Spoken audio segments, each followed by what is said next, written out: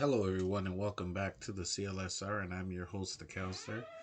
Today, we're going to be talking about a rather serious subject, is something that many of you are aware of, and that's addictions. I mean, most of you have had people in your family who've had some sort of addiction, whether it's drug, alcohol, sex addiction, um, addicted to television, addicted to social media. Well, today we're going to be talking about alcohol and drug addiction specifically for many different reasons. I mean, there are a lot of people out there using addiction of alcohol and drugs to soothe their emotions or to get them to relax, feel more comfortable or lively, to feel less inhibited, and to feel maybe some more pleasure.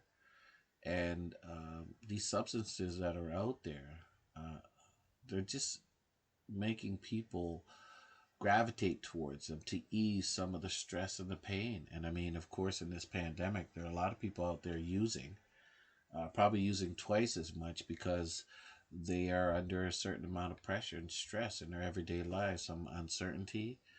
Uh, they could be relying on these drugs to cope with that fear. And some use it for even religious reasons to fit in with the crowd, right? Or there are experimenters out there who want to work on getting access to specific drugs like opioids, fentanyl, Molly. Um, just understand that people who get addicted, they don't usually plan on being addicted. Most of them think that they can handle the substance that they're using. But when they want to use that substance, they go after it and it becomes a way of life. However, they get into this substance use and it becomes common place in their lives and they can't break it. And they want to give it up and they find it's not really that easy to do. It's more of a challenge for them. Um, of course, substance use is quite common, but people have a difficult time putting it down, putting it away. And we've seen some of the obvious cases out there, like alcohol. I know alcohol that they sell in bars and food stores or corner stores. These are substances, still the same, and they're substances that people get access to. And just alcohol alone, you see what it can do when people drink and drive, relationships, the aggression, the verbal, physical. Alcohol is just one. Could you imagine all these different substances? So, what we're going to do is just take a general look at addiction and get an understanding of, why people have difficulty letting go of this addiction, what sustains it, and what are the causes. So, we're going to just talk about that because I think it's important now more than ever, right? Just remember that a person who gets into substance use, which is quite common, they're putting their cells at risk, right? At developing a problem. No matter what you think, once you start using substances, eventually down the line, at some point, there's going to be a problem, especially when it gets out of control, right? Now, the problem will develop slowly, and often you will overlook the warning signs that you're having a problem with your substance use before it actually becomes a major problem, right? So we're going to look at some of these signs that we need to be aware of when we're using any substance, right? So make sure you're aware that uh, when this substance becomes a problem, these are things that you need to be aware of, right? And remember, it's when this person is becoming risky, right? And they already have a problem, right? And one of the consequences of this problem is a loss of control in one way or another. Harmful consequences, right? There are harmful consequences when substance abuse and use gets to be a problem, right? And it can range from mild, that people feel like, oh, I've got a hangover, or oh, I was so sick last night. And then they just find that, they're not going to their work on time. They're starting to neglect some responsibilities. Now, that's the mild. But then if we move up to more severe, and we can go from mild to severe. People do that in a matter of time, depending on the individual. However, severe being the person's actually homeless. They've lost all functioning, or they've caught disease, right? Just remember, when each time a person uses a substance, it has a little impact on them, and the harmful consequence could build over time. So if a person continues to use a substance despite these consequences, right, they will encounter a substance use problem. Now, how could this affect every person? How are these substance abuse problems impacting people?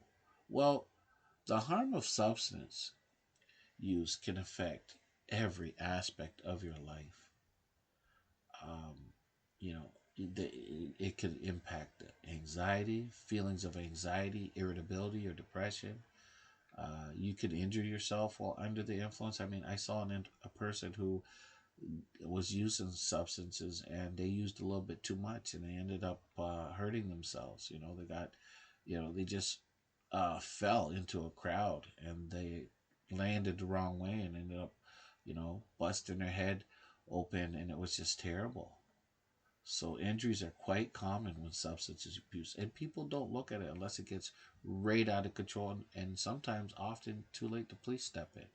However, these are the consequences. So you could have trouble thinking clearly, even blackouts, difficulties with your relationships. It's quite common. People who use substances and it gets out of control, they have problems with their relationships.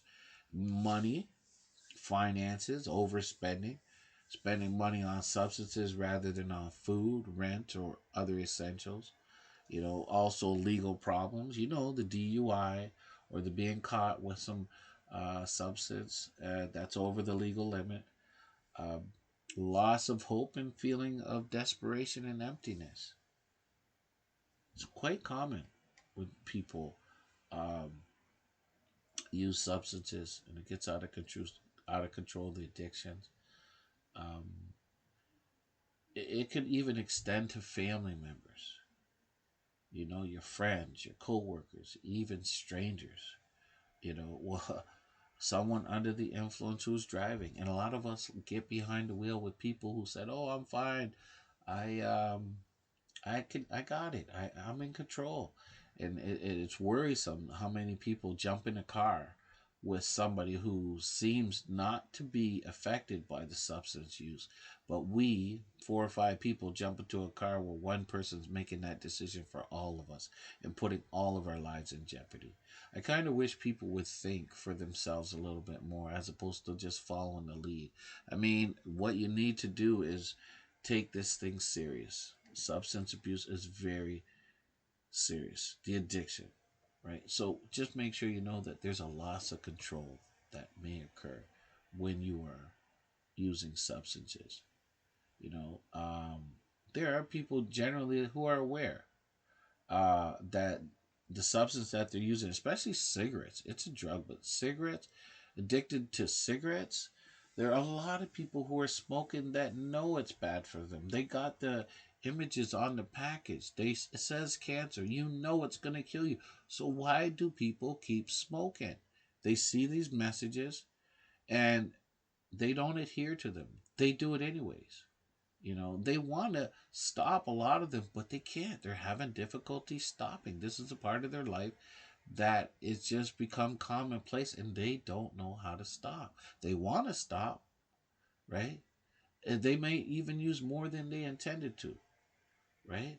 Even they got it themselves in situations where they didn't want to use, but they find themselves using anyway. and they can't back down. You know, some, if not many people, see that the substance abuse or use is out of control and it's causing problems in their lives.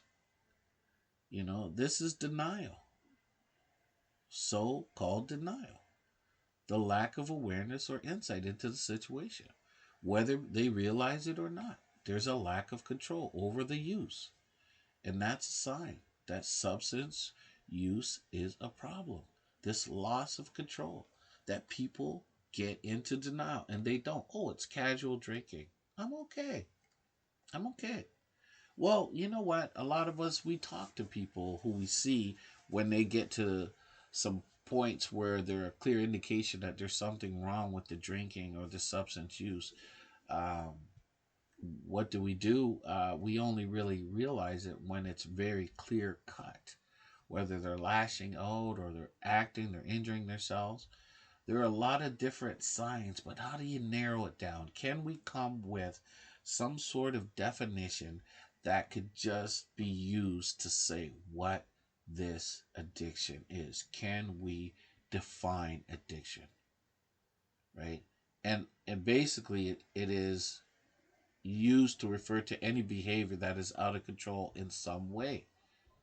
People describe themselves as being addicted to uh, TV shows, shopping for clothes, sex addicts, addiction to risky situations. There's all kinds of addictions, but you also need to think of addiction as an explanation where a person may experience of withdrawal when a substance or behavior is stopped. So when they stop drinking, right, think about what may happen to that person. They might go uh, radical, or they might get headaches. They might be extremely moody. Think about that as well. So they're using and then they've ceased using anymore. So the behavior, right, is an indication. Um, there's neither enjoyment nor experiencing withdrawal is necessarily implies addiction. However, it gives you an idea because this term addiction is commonly used in such a vague way. There's been many people and researchers out there who've tried to define it more clearly. However, I would have to say that this thing, addiction, is a primary chronic neurological or neurobiologic disease with genetic, psychosocial, and environmental factors, right? Could be characterized by behaviors that include uh, one or more of the effects: simply impaired control over drug use, compulsive use, continued use, despite the harm, right? And it's almost like a craving. Think about it like that. Like you gotta have it. Or, and it's not like you're saliving at the mouth or anything, but just think of like if you have it, like cigarettes, and you're smoking, and you're telling yourself to quit. However, you tell yourself, "Oh, you know what? I'm not gonna smoke anymore. This is it. It's my last cigarette. I know it's gonna kill me. It's affecting my health. It's causing me back problem, heart problem. I have a lot of problems." But despite that, what do? You go, as much as you told yourself you're not gonna do it, you continue to go get these cigarettes. You go buy more. So think of the four C's when you think of addiction: the craving, compulsion to use, loss of control, right? Think of the amount of frequency and use, and use despite the consequences. So I would have to say craving, control, compulsion, and consequences. See, the people who are using even alcohol, they're not even thinking about the consequences. They don't even, it's not that they don't care. It's just, it's not maybe the most important thing that's going on with them, right? What is inside of them that's feeding this monster that they cannot stop?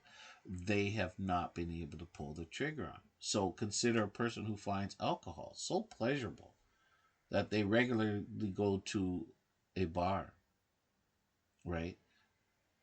After work, in between work, right? And then, this becomes a pattern. And this drinking, it gets worse. It escalates, you know, to the tolerance level that they experience with withdrawal when they abstain. It's just unbelievable. They can't deal with it. They try and try again repeatedly, and they fail to cut back or to gain control. There's simply a loss of control, and they begin to reorganize their lives to maximize this opportunity to get at this drinking, to soothe this monster inside of them. Every opportunity that they get, whether it's drinking daily, right? And it's almost like coffee. There are people actually that will drink daily. Despite what's going on, they'll drink. Whether they're working or not, they will find opportunities to drink. And this drinking could lead into neglecting their work and their family. It becomes a compulsion, right? Any opportunity you find it. And then you end up neglecting things because you're spending more time doing that. And that compulsion takes over.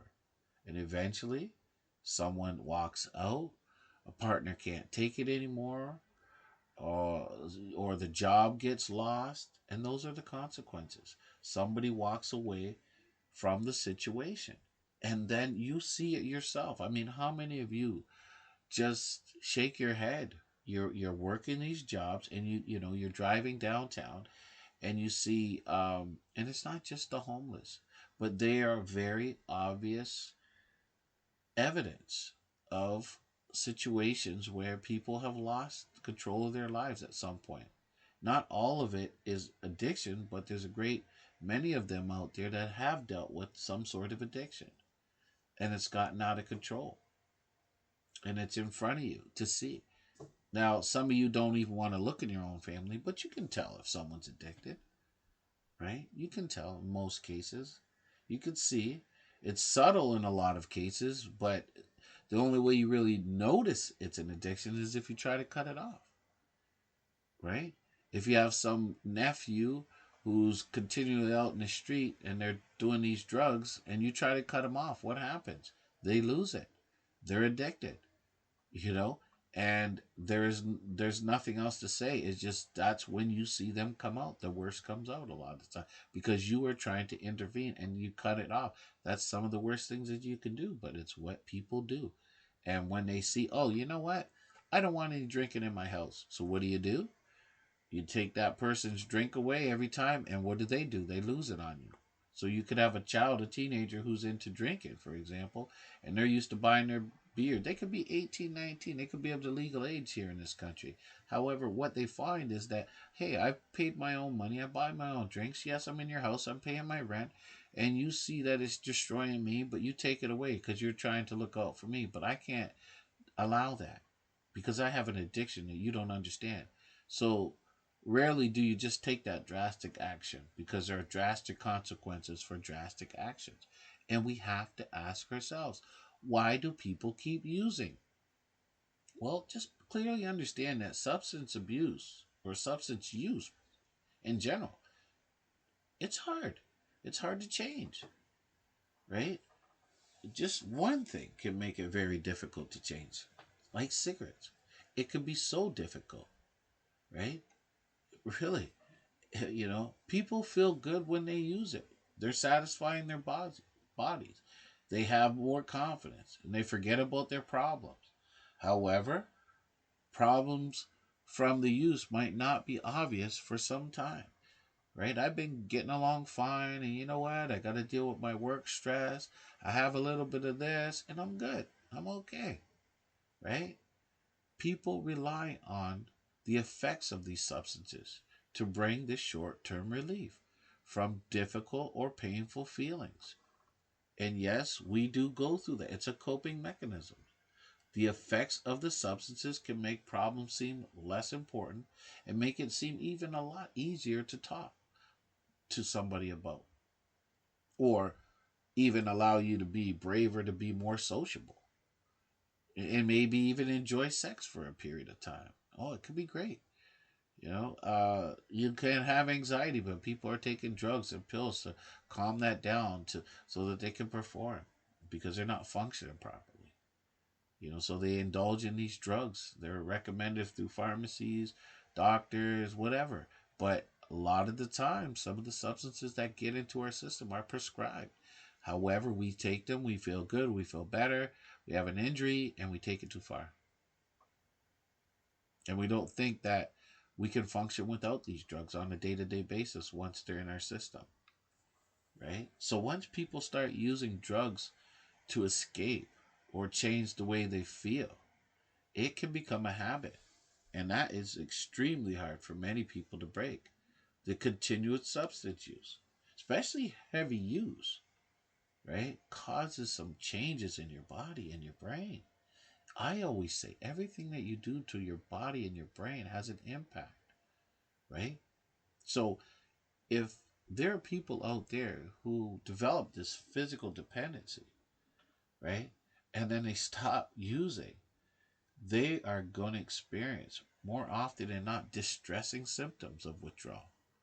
And that's going to change the brain, right?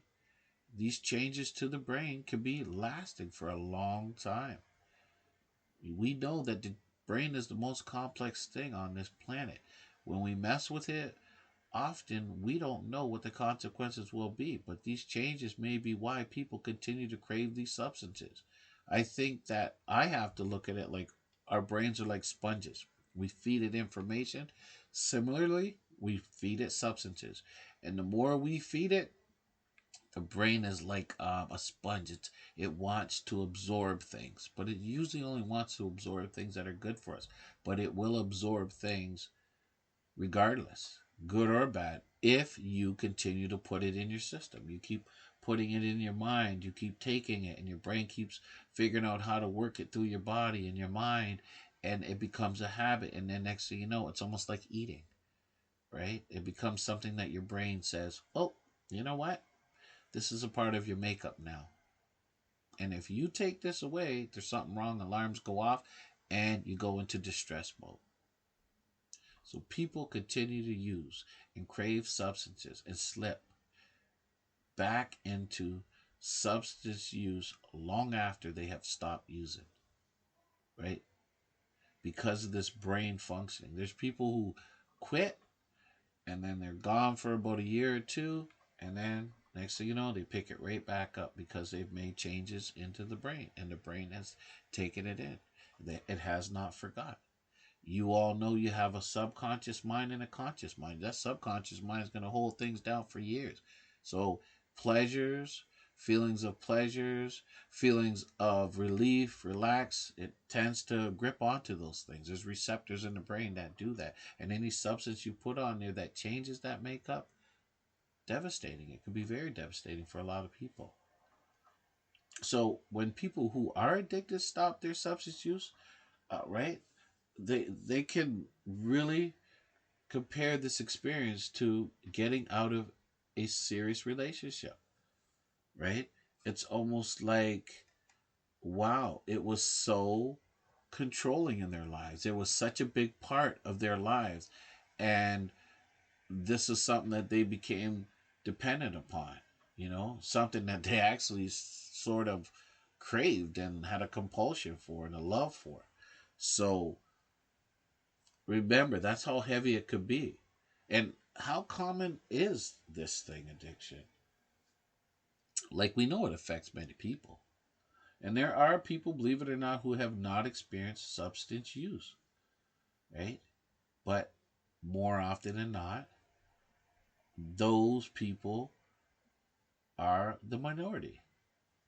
In the vast majority of the population, we've used some sort of substance, right?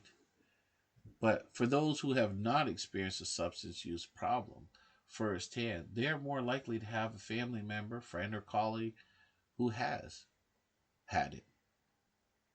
So, in some way, it's been played out in their environment, if not in their life specifically. Although addiction affects men and women of all ages and all rates, we like to say, um, Well, men and women, they're different. Yes, they are. But it's 2 to 3 times higher in men than women addiction. The highest among people between the ages of 15 to 24, right? That statistics out there are real. You have to look up Statistics Canada. You can find out all these things in Canada, right? And they say that addiction is approximately 2.6 to 3% of the population in Canada, right? They have some form of addiction. Now, that doesn't seem like a lot, but put it into the millions and take out your percentage. It is quite, and that's quite common in United States, where it's even higher. I personally think that the rate for addiction is much higher because there are stigmas attached to addiction, right?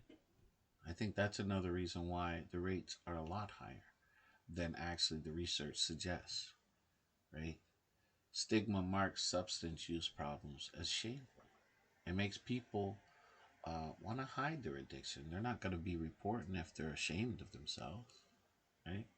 A lot of people aren't going to be upfront and ready to take surveys or participate in these group chats and provide all the information. There's a lot of shame. We're very judgmental people.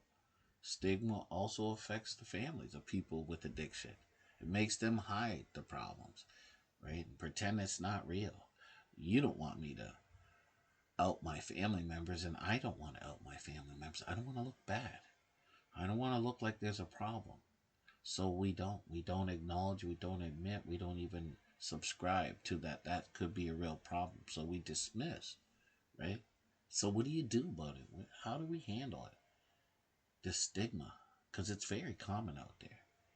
You have to choose to talk about it. You know, people with substance use problems, rather than about addicts, alcoholics, junkies, stoners, take the approach that if you are talking about it to another person, about yourself,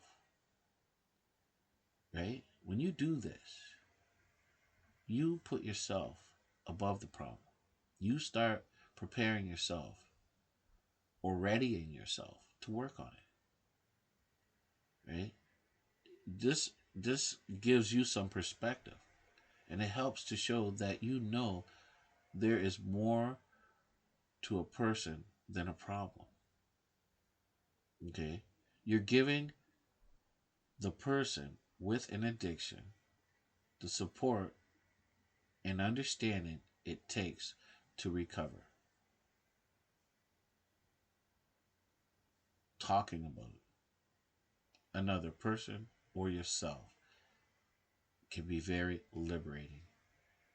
It can be an honest, genuine approach to dealing with the stigmas, being realistic, being true to yourself, and understanding that there is something going on and you're ready to look at it. You're ready to acknowledge it. I told you we talked about denial. It's out there for so many people. We're using aliases to address issues because we're so often worried about what other people think, right? Like, what are some of the causes for this addiction? There are many factors that have been considered, or people try to explain and understand the causes of addiction. There is no one factor that can be said to be the cause of addiction.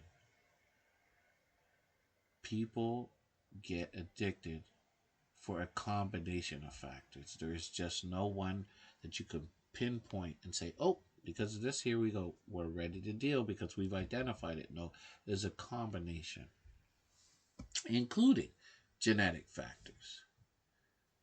People actually inherit a vulnerability to the addictive properties of drugs. It's in the studies, it's shown. The risk of substance use disorders is higher for people who have close relatives with substance use disorders. See, you might have a parent that might have been a drinker, for example, and they might have had kidney disease and they might have lost their kidneys.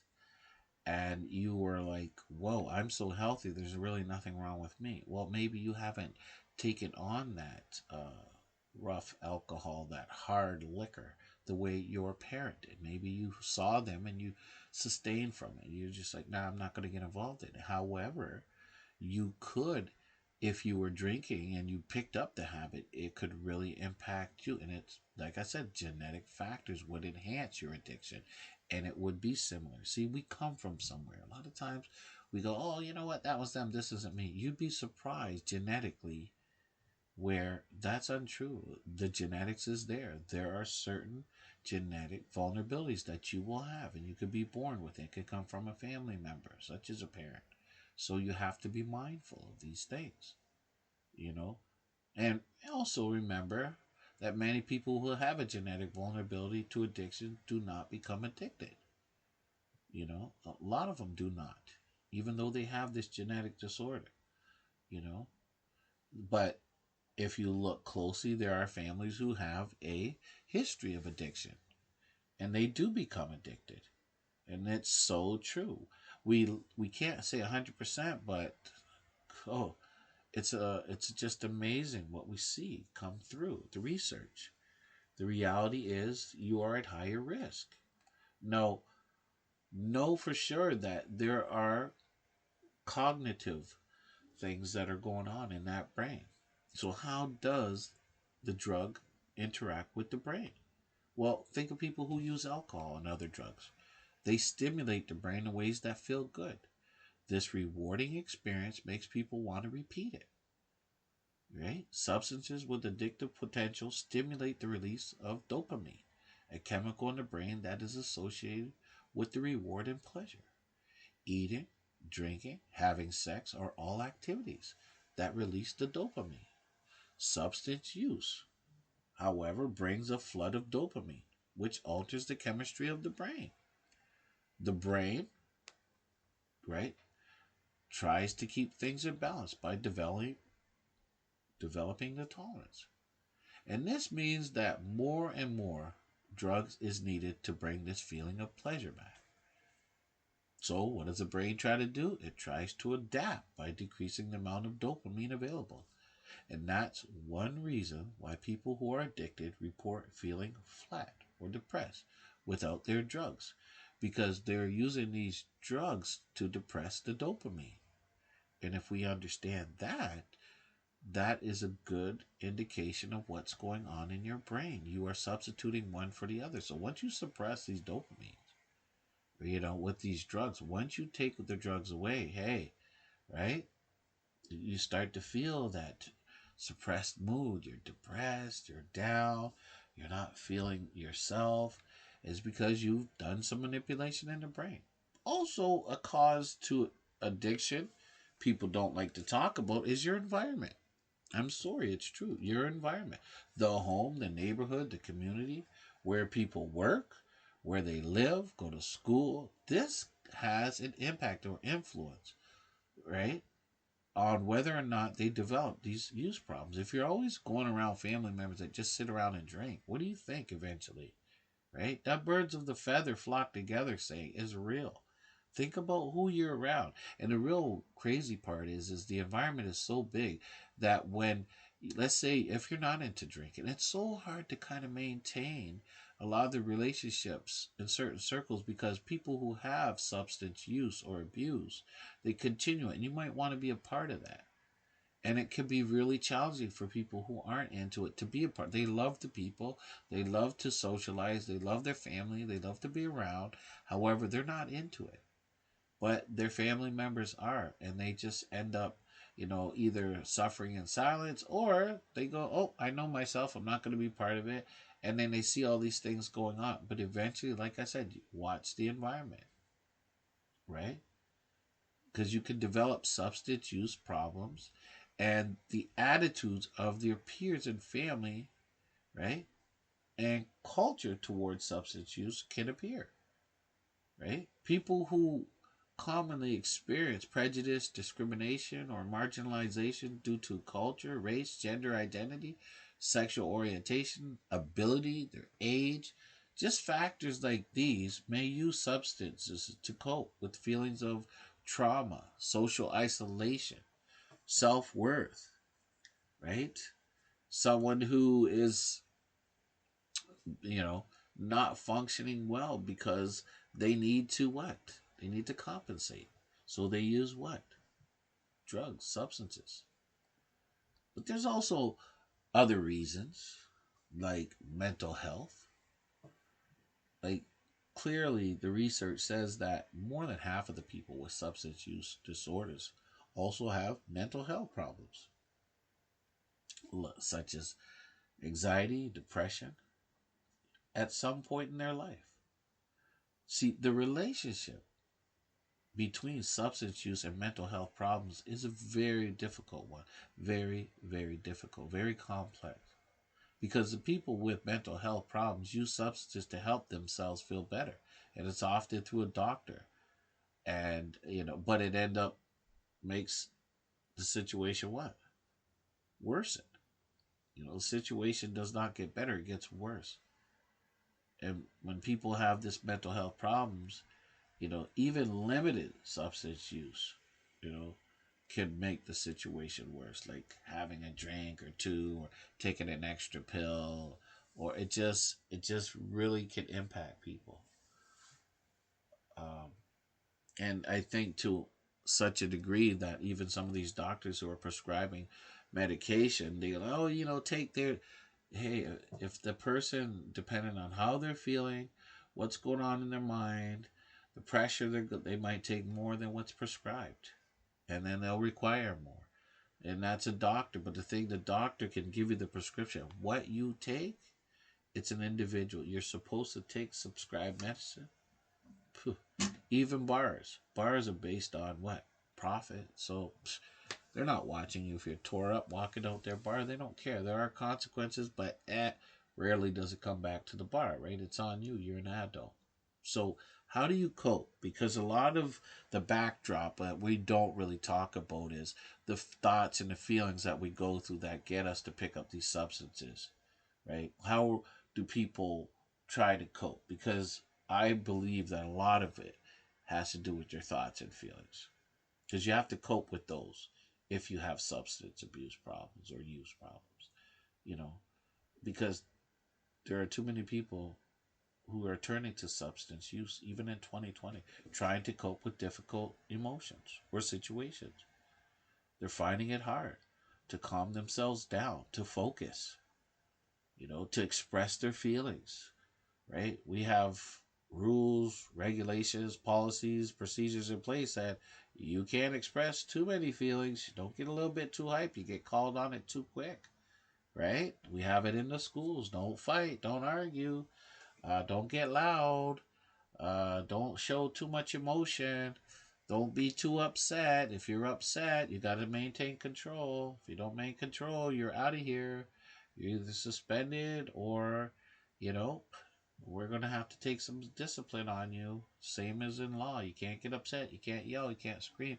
You can't vent half of your frustration.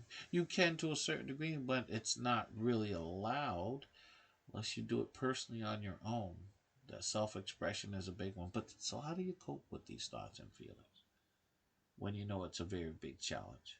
When you're having difficulty regulating your emotions and you've been using substances to help relieve some of this stress or sadness or your boredom, you know, even to reduce your inhibitions and make it easier to talk to others or to speak up about what you're feeling, right? You just, it's just easier to talk if you can, but people are using substances to do it.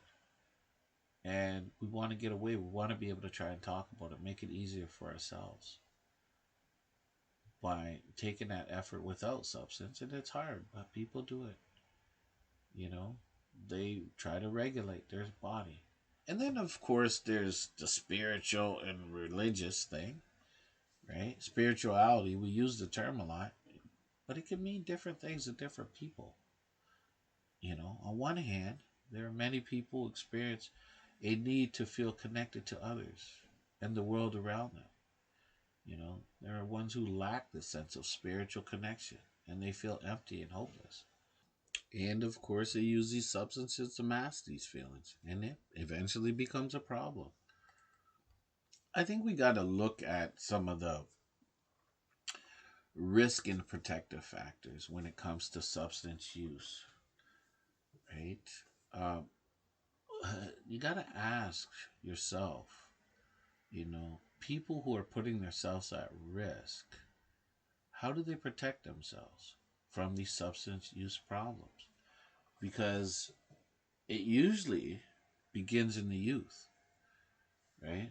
This is an age group that a lot of researchers try to attack because they could see patterns where the substance abuse starts at an earlier age, right? There are risk factors associated with substance use, especially with the youth. We have to consider some of the risk factors that the youth may be encountering for the substance use. How this becomes very problematic. Well, we have to talk about the poor school performance. When they're not performing well, they could get stressed out and refer to what? Substances to relax. Maybe get them focused. Maybe get them to feel less stress, right? We got the poverty, conflicts within the family. We got chaos, right? Friends who also put on that peer pressure through drinking, right? Having those friends who are drinking, they encourage you to use drugs and alcohol. As well, alcohol or other drug problems among family members that exist within their environment. You know, it's not uncommon to find young people having issues with gender, right? Their sexual orientation, right? Their abilities or other factors. Emotional, physical, or sexual abuse that may be going through their minds or they might have experienced. Um, Discrimination is a big one as well. Depression, discrimination. So, what do? They return to substance use. Right? These are risk factors. And there are a host of risk factors, but these are actually quite common. The alcohol, poor performance, poverty, peer pressure, not fitting in socially or being excluded because of maybe your ethnicity or your race, right? We know about the gender. We're still struggling in 2020 with trying to understand as human beings. Let us be human beings. Let us do and just accept. If you have kids, accept them. Forget the rest. Nobody's going to be here forever. Can we just care about people for people? When do we just wake up and say, we're people? If I'm not imparting it upon you, like, let's be people. But these are peer pressures that we put on our youth, traditional pressures, or our opinions. Um, there's various opinions out there, but these cause youth to be at risk for substance use. Um, what about the protective factors? Because to me, I think of resilience. And resilience is how is someone going to get through. So I like to look at the risk factors and the protective factors. So what are some of the we've discussed the risk factors, but what are some of the protective factors for substance use problems in our youth? Just I would say having access to resources like counseling, having a positive adult role model, relative or a teacher, someone in your life that's encouraging, good parental or caregiver supervision, strong attachments to your family, your community, and just having some goals and some dreams, not feeling isolated in your life, feeling that you have options, being involved in meaningful activities, well supervised activities like sports, music, getting to volunteer, working out there, being a part of, contributing to society, right? These risk factors and these protective factors got to be looked at carefully. So when you have a child, for example, take a look at them. What is going on with them? See, a lot of the times we don't want to look at it, but we can see what's going on. But many parents in 2020 are afraid to attack this. This is a different podcast in itself, but I can tell you we're gonna have to talk about parents who are having difficulty dealing with their youth. They're either afraid, they're apprehensive, they're anxious, they're afraid of they're worried about the consequences. Like, that is a whole different podcast, but it does relate how parents are working with the youth. They're trying to, anyways. So just think of risk and protective factors. They definitely don't have any guarantees, but I do strongly believe if you can look at your child, even if you have to look at an adult, take a look at the risk factors. Write it down. I have a husband. Okay, he's out there drinking all the time. Do a chart. Okay, on one side of the chart, I want you to put risk factors, and then on the other side of the chart, right, I want protective factors, and split that chart down the middle. And I want you to write down all the risk factors if your partner is having some substance abuse problems. On the left, write down all the risk factors, and then on the right, write down the protective factors. And once you do that, I want you to draw some lines to connect and do some number counting. Like what, like, if you find that,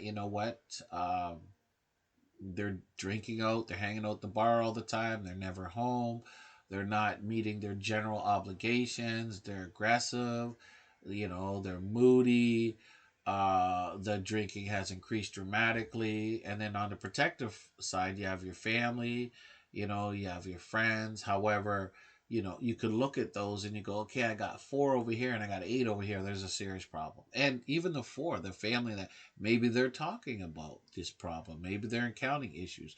So you can see a lot by just doing this basic analysis, right?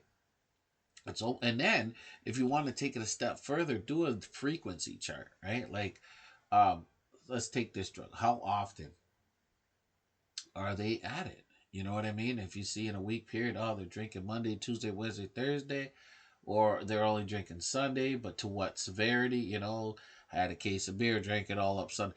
Get a picture, right? Watch them youth. Youth have to be watched. Adults have to be watched too when they get these substance use problems. You have to monitor. You do. I don't care. It's hard, but too bad. When did life become easy? It's no, there are certain, like, when it comes to serious substance abuse, yes, they have to get some serious help. But there are things that we can do. I think we live in a society where we feel helpless a lot of the time. Oh, if I do this, children's aid is going to come. Yes, there are consequences, but some of the bigger consequences you just don't want to see. So, you got to use that personal power inside of you to take certain actions. And a lot of parents have. And they've tried it and it hasn't worked. But the point is, put your best foot forward. Try. It's not easy, but it's going to take a lot of work because even though we're outlining the risk and protective factors, as I said, there's no guarantees whether the individuals will develop into a serious addiction or develop more problems, but they do affect the level of risk when you analyze when one person appears to have a problem with substance use, right? Risk and protective factors, uh, they can weigh heavily on your decision on what you're going to do, if anything at all, right? And if you want to make change, you might have to address certain things and figure it out. But you can't do it all yourself. There's no way, you know? And people don't look at themselves. That's one thing in society we do a lot of finger pointing. We really do. It's so easy for us to point fingers at other people. Don't talk about me. Don't tell me about my situation. I don't want to hear about it. It's your problem. You got a family member there. They have their problems. So what you do is you focus, yeah, well, I might drink, but you caused me to drink. So the blame starts to go out. And we do that a lot. A lot of reflecting as human beings, not accountability. Accountability is too hard for us to take. It is. So if I have a bad experience, if I screw up a presentation, Or if somebody says something to me I don't like, oh, I take it, and it just, I harbor it, and it's just so many insecurities going on. Like, it's not an easy thing, but we as human beings must try to understand that um, sometimes you're going to be uncomfortable, but it doesn't mean it's the end of the world, and we have to work through it. You understand? So it takes a lot of work and sometimes a lot of people. That's why they say it takes a village to raise a child, because a lot of us who are trying to handle it on our own, we're hurting ourselves when we don't get outside that comfort zone and say, I can't do this by myself. I'm sorry, because we get into the mode a lot of the times where we are responsible for a lot of things. So what do? We think we have to handle it alone.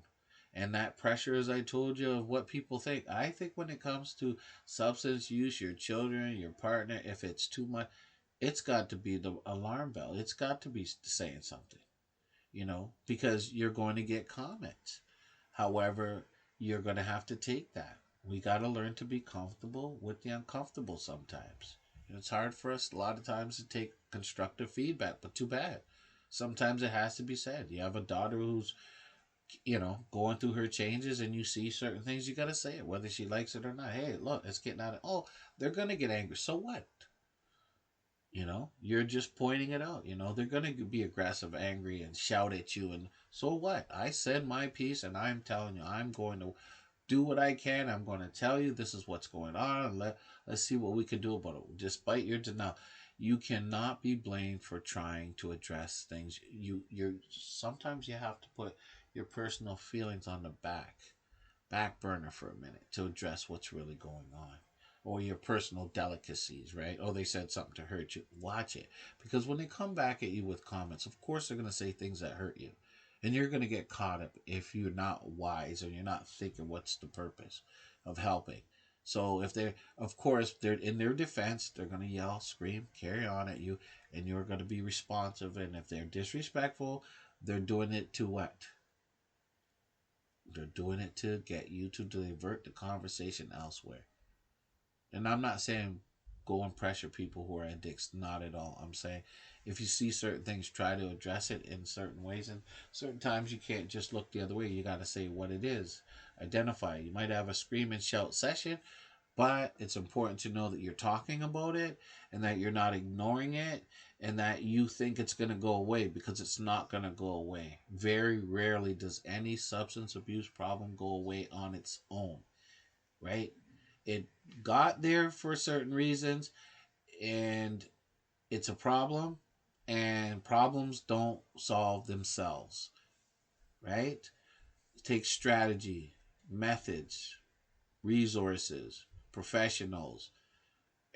First, it takes acknowledgement, right? So, how do you know if you have a substance abuse problem? Well, if I ask you, you're going to say, oh, I drink all the time with this, that. You might not admit it, as most of you won't. So, how do you know, right? Because you might think your substance use may be causing problems in your life, right? But you're not convinced that it's the substance abuse entirely. So oh, I drink a little, right? Or I smoke up a little bit, but that's not really the problem, right? So you got to ask yourself some questions, some vital questions, right? Especially if, you know, you're trying to be real with yourself. And in order for you to be real with yourself, you're going to have to ask yourself some serious questions. And I call it the cage. Okay. So you're going to ask yourself these questions like, have you ever tried to cut down on your drinking or other drug use? Okay, that's one. Cut down. Have you ever felt angry at or annoyed by someone else's comments about your use of drinking or drug use? That's the cut down and the angry. That's CA. Have you ever felt guilty about drinking or other drug use? That's the G, the guilty.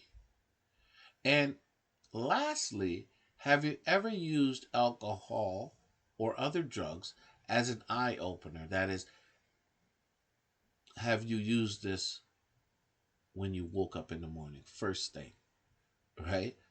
That is the eye opener. Are you using the first time you wake up? Is this something that you're thinking about? So you got the cage, the cut down, right? Have you tried to cut back on this? Have you tried to cut down? You got the A, the angry. Have you felt angry or annoyed by someone's comments when they've mentioned, hey, you're drinking too much, right? Have you felt the G, the guilty about your drinking or drug use? You know? And also, what about the eye opener? Is this something you refer to or you can't wait to get to the moment you wake up out of your slumber? This is something you're looking forward to, something you're actually doing. So think about those. Think about the cage. Because if you've answered yes to at least two of those questions, you may have a real problem, a substance use problem. You know what I mean? And if you've answered one, because a lot of you go, I'm 1 out of 4. No, that one means that there's a cause for some concern. And you need to look into it further. You cannot look away from this thing. There's something going on if you've answered at least yes to one of those, right? So if we're really being straight with each other, we need to know that at some point you're going to be asking another question. How do I know if I need some professional help, some form of treatment, right? Because if you feel that this substance use, is causing some problems in your life, you're going to take some action. You're going to have to. If you can't do it yourself, you're going to have to. I mean, you might even go through 1,000 times where you say to yourself, I'm okay, I'm all right. But if you realize that you're not getting better, and you're not listening to those around, you have to see a trained counselor for a proper assessment. And this assessment is going to gather information about your use and related problems and other factors in your life. They're going to look at some of your personal strengths and the supports that you may have in place. This assessment is going to help that person, that professional, that counselor help decide whether, this treatment that they offer is right for you. Can they offer you this support? But most importantly, are you willing to take it? Because they can outline certain areas, but the first step is, are you going to be a willing participant? And I will be the first to tell you there are a number of clients that come to me for help. They start off and gradually they fade away and they go right back into what their normal routine, and they could do that for a year. But after a year or so, I hear from them, and a lot of times I feel so bad because I'm so busy and I can't fit them into my schedule. I try to do that. However, I know it's going to happen. So I really emphasize right from the get go that it's so important that you follow this plan of treatment. But there are clients out there who, for whatever reason, and that's individual, they go in and out. And one thing I'm big about is not messing around. I do not want to see a client for a little bit of time. I set up a treatment plan, we assess, we go through everything, and boom. Do I realize that they're going to come back? Yes, I do. But unfortunately, you know what? It has to be taken seriously. And there will be people that go in and out. And I do my best. I understand the process, but I do my best to work with clients. And I need to understand myself that I can only do so much. So I do what I can. And I feel bad for clients who come and I'm booked up. So I do my best to refer them. But remember, this is a part of the process. Rarely does it just kick in once. But I always say take it seriously, right? So where do people get assessments done. And how could they find out about the type of treatment that they may need? Well, to find assessments and treatment services, first of all, we have to understand something. And I think I'm talking particularly about Canada. And I'd have to say that if you have a substance abuse problem and you are over the age of 18, you are considered an adult. So for those parents, I got to give them a little warning first. If you have a young person, and this is going to be very frustrating for you, you are going to want to refer your child to a drug treatment center, for example. And if they're 18 years old, you have to be aware that most, if not all, treatment centers will not admit that young adult, unless they are willing participants. So this is where your heart falls out of your chest. And I can tell you it is so painful, and I've heard this so many times, is that there are parents out there that have young children and they know their child better than anyone. They're like, okay, listen, I understand society saying my child's 18. However, to me, they are suffering and they're not aware or even unable to control their substance use, and I'm watching them deteriorate, and I know they need help. Can somebody please take them and help them? And you get no.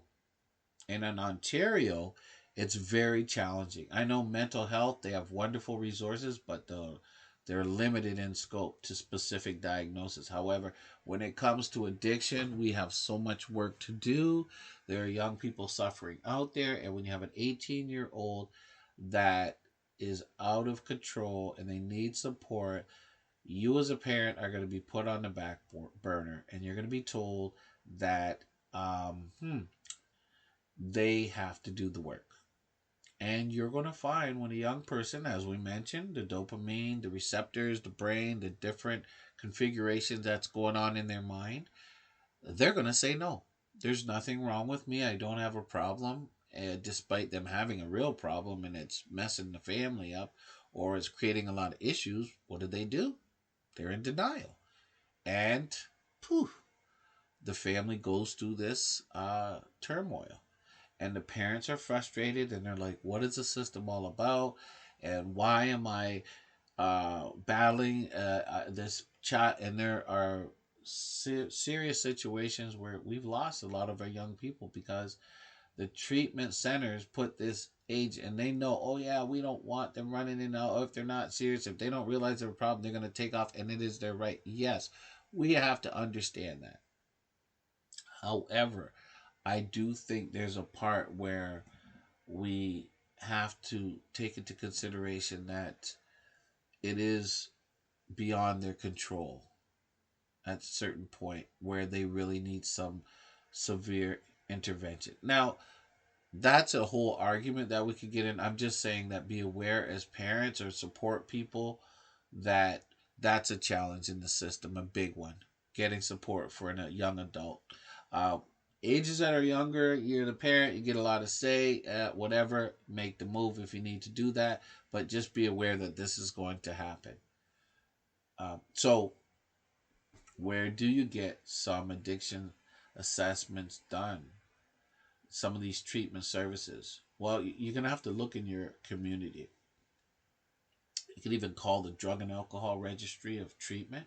It's called DART at 1-800-565-8603. You could look online to www.dart.on.ca, and actually DART keeps a database for every addiction treatment out there and offered in this province, and offers telephone referral information, right? So what is the procedure though?